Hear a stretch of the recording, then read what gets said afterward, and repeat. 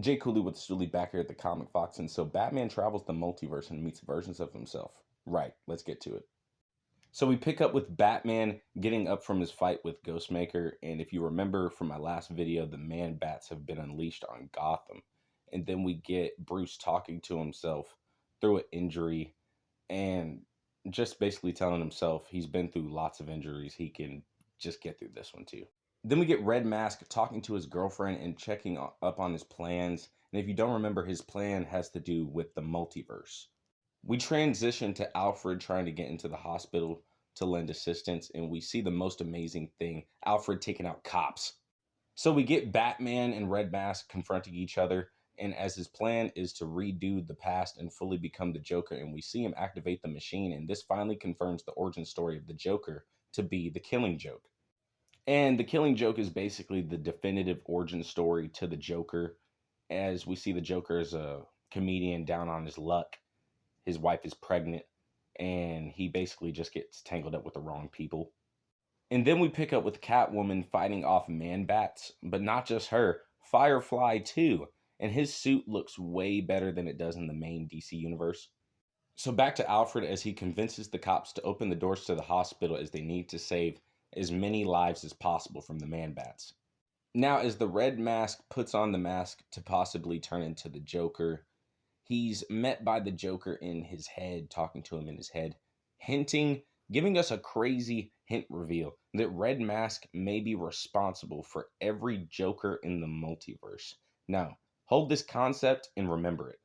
And then we get Batman busting in the doors, taking out Punchline in a matter of seconds, because who didn't know he was going to take her out in a matter of seconds? And then Red Mask uses his speedster powers that he somehow got to take Bruce down, but Batman seems to get the upper hand until Red Mask goes into the portal to travel the multiverse. And as he's gone, Alfred comes in and they tie up Punchline. Then something interesting happens as Batman looks at himself and he sees Zarina. And apparently Zur is infecting Batman's brain, so Bruce makes his goodbyes and takes his multiversal tracker, and Catwoman, well, let's just say Catwoman just sends him on his way to the multiverse, I guess. So basically, Zarina is an alien that decided to be the Batman of his planet, and in recent years, he's been used as like an alter ego to help Batman get through psychological stuff. But Batman finds himself in front of Michael Keaton Batman. Then we get Bruce landing in the vampire Batman universe as he comes across a Joker vampire, and he even goes to the Batman the Animated Series universe. But as he goes to the next universe, he hears a voice saying, "He laid in my arms dead. I tried to save him, but even still, a weight lifted from my shoulders that day."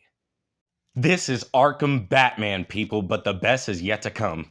Because Bruce ends up with Terry McGinnis and meets Bruce Wayne from the Batman Beyond show, which is basically Batman the Animated Series. Bruce Wayne aged up, so he actually traveled to a universe's future. But when the Bruces are talking, old man Bruce tells Batman, with you doing this universe hopping, you're tying yourself with other Bruce Waynes from the multiverse. Now remember that.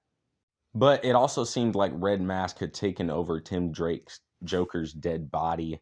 But they travel again, and as Bruce is traveling, he sees Kingdom Come Batman, and Kingdom Come is a great story. Maybe Ben Affleck's Batman, but then we see Adam West Batman. Adam West Batman, who gives Batman a freaking utility belt. Of all things, he gives him a utility belt. And then Batman goes to meet Frank Miller's Batman, which I find funny because he just punches him in the face. But look at Frank Miller's Batman and how he reacts after Batman has left his universe. And now they've reached the end of the multiverse. And then they start fighting. And then we see a laughing shark come out of nowhere. But Batman takes it down kind of easily, because he's Batman and he just takes out sharks with ease, I guess. And then we actually see Red Mask racing at Batman until he just gets one-shotted. But now Bruce is just left wondering what to do now, and then a light shines out of nowhere. And it's Tim Drake Robin to bring Bruce back to their universe. But remember when I told you to remember what the Batman from Batman Beyond said to Bruce? Since Zarina has infected Bruce's brain, Batman has now infected other Batmen through the whole multiverse.